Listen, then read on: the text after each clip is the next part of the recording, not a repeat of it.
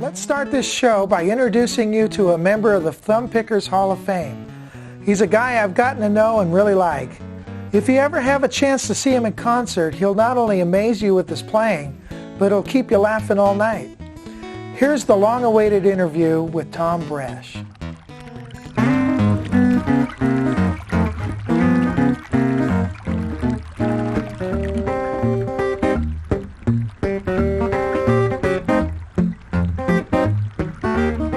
Give you the abbreviated version here.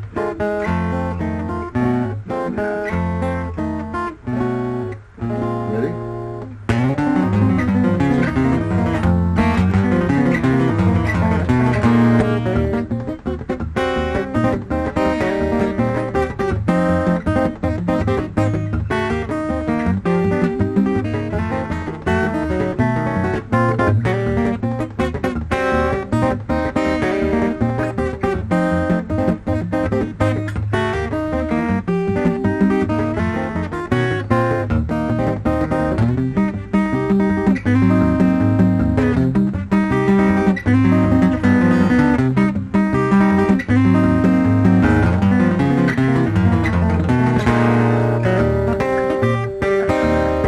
Big ending.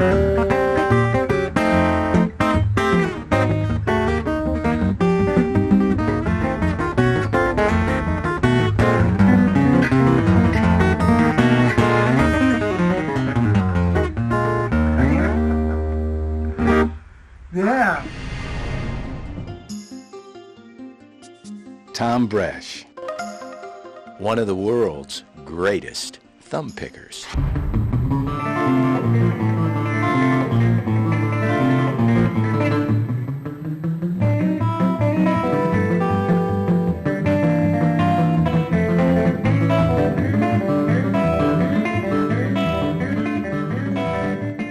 Thom Bresh, we're in his room here in Modesto. Thom came in for one night in Modesto.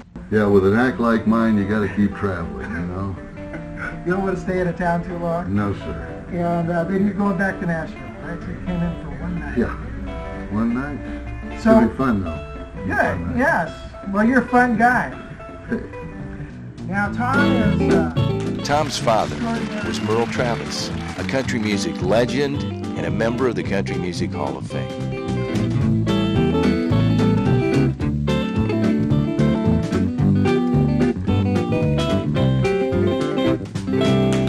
Now, you have a famous daddy, right? Yeah, my dad's famous. Among the guitar players, he started all that finger-picking stuff. Merle Travis was his name. Mm-hmm. From Muhlenberg County, Kentucky. Kind of talked just like that when he was talking to you. And if he wasn't talking to you, he'd sound like this. That was my dad. Most influential guitarist of the last century. Pretty nice title being hung on him. He's in the Smithsonian Institute. He's stuffed over in aisle 2216. No, just kidding. He's over there as one of the great American folk songwriters. He's in the Country Music Hall of Fame, Songwriters Hall of Fame, the Gibson and Martin Guitars Halls of Fame, and Hey Thom, it's Chuck Akers here. I was just talking to Bill Ivey. They're going to do a segment on Merle. He wanted me to do something, but I can't play like Merle. So I suggested that you and I do something from the album, and you play like Merle, and I'll play like me. So he may be calling you on it, but I think you need to be on there, and maybe this will help. I hope so. See you.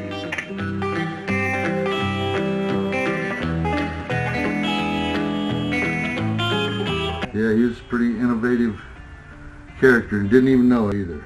You didn't know it at the time? No, he didn't know it at any time. Grandpa Jones said, you know, he was just too humble. He said one time, it was pretty funny, he says, he said, you know, Rich, I'll go ahead and call you Rich.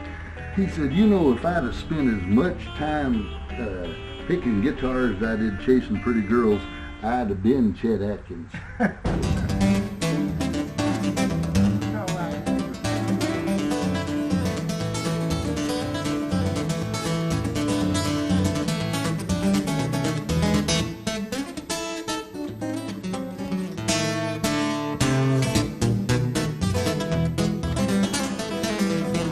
Now, did he teach you how to play? No, he would never. didn't? No, he would never show me anything.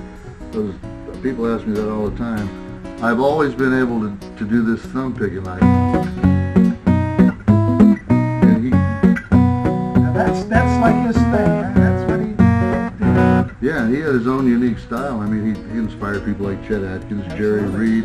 They all took it their own ways, but that was, and I've always been able to do that. He'd just get a kick out of it, like he'd say to Joe May for something, just in his genes. Yeah. I've always been able to do that, where I've watched people struggle with trying to keep this thumb going. I always was able to do it as long as I can remember. Now I had to learn where to put my fingers here and here and here, and then it all became in the days, I would say, show me, and he'd say, no, you got it, just keep listening and watching. And then so what I would do is like he did. You'd listen, you'd watch, kind of get it in your head, and you'd go home and then try it yourself, try to find it. I've worn out so many Chet Atkins records and Merle Travis records, and really physically wore them out. It wasn't like today where you had a CD and a light beam on them, you had a needle, and you play them over and over and over trying to figure out, you could hear it, then you had to find it. It's like, oh, there it is now. It's got this chord. Why get this chord, get that note, and then you'd find, oh, you do. By the time I was, 8, 9 years old, I was finger picking and everything. There you are. There's the first time I met Chet. Is that right? Yes, I was, 12 years old there. His style was unlike Chet's. What is the difference? Well, can you kind of show us, maybe? Why don't I show you? Show us. Okay. What Merle did is, basically you're playing the bass with your thumb. In between the time you play the bass with your thumb, you strum the chords. Like, now you've got, and strum them. Travis would strum them all the way down. Play the bass, and you're muting. Instead of like this, you're muting. So, now you can give it however much you want by muting with the back part of your hand here. So you're doing this, rhythm, bass, and chords. And these fingers aren't doing anything. Travis only used one finger, but I've got more, so I use them all. But Travis would go.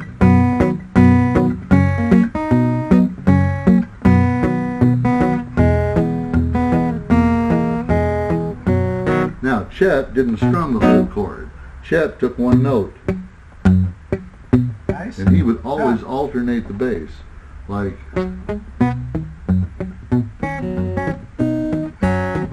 harmony. So you just put one finger.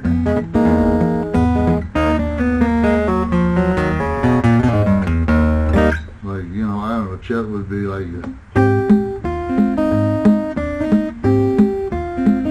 much more sophistication.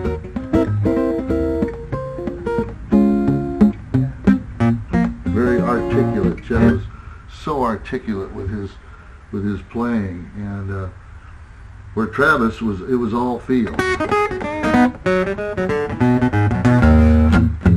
you get to that.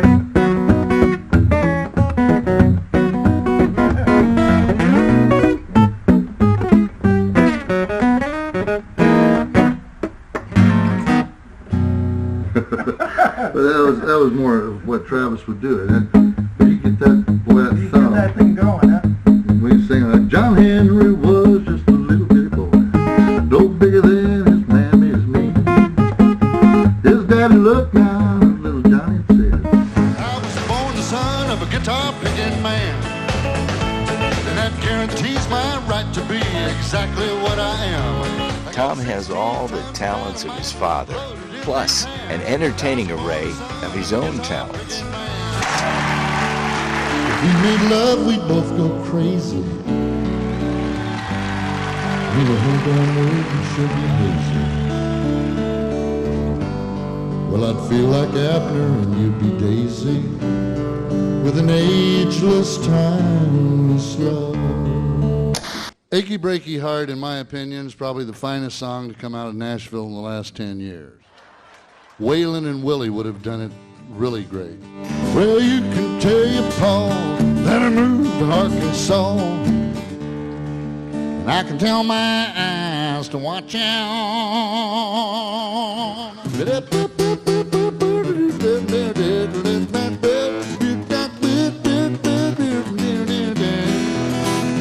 I sure would like to whistle a song for you if it's okay with Andy. Gomer, that'd be good. Extra good. Yeah, starting to get respect up here, you know. Hello, I'm Johnny Cash.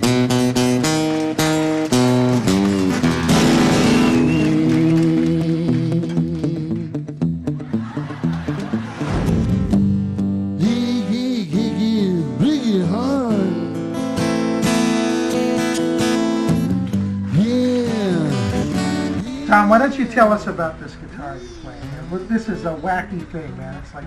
Well, this one is the latest thing from that. I mean, this is like a too cool guitar. It's a steel string dreadnought guitar on this side. It supports an RMC pickup system from Berkeley, California. It hits all of the Roland synthesizer gear, all the MIDI gear that Roland puts out for guitar synth, BG8, whatever, comes right out and takes care of it, and the controls are up on the top here, and they're very accessible. This is 0 fret. This has got a drop D tuner, so because I'm always doing things with a drop D, so instead of down, down, down, just whip it down into tune. I didn't want my name, but I didn't want a hole here because I wanted it to look different. I wanted maybe the steel string side to have F holes. They said, well, that'd be neat, but your arm's going to cover up the top one, and you're going to have so much wiring in this thing, it's going to show. My manager, Jim Stephanie, says, well, why don't you make a TB or something out of the hole? Right. And Del Good says, idea. Del says, okay, I got it. Del Langyons in Holland, Michigan made this guitar. He's been making guitars for me for going on 30 years, and he's an incredible guitar maker. And he's now making them for Earl Klug. He's made them for Jerry Reed. Phil Keaggy's playing his guitars, and this is one of them. Now, this is the steel string side. I simply flip the thing over. Now it's a whole different look. We got the hole. You got your hole. You got a drop D tuner still. However, this side, interchangeable nuts. I can pop this nut out, put another nut in. Why would I want to do that, you ask? Because this guitar used to be strictly a nylon string on the original. This one is braced. I said, if I want to put barbed wire on it, I want it to hold up and the bridge not come off for the next snap. So it can do whatever I want. It is now a baritone guitar, and it's tuned from B down to B. Goes like this.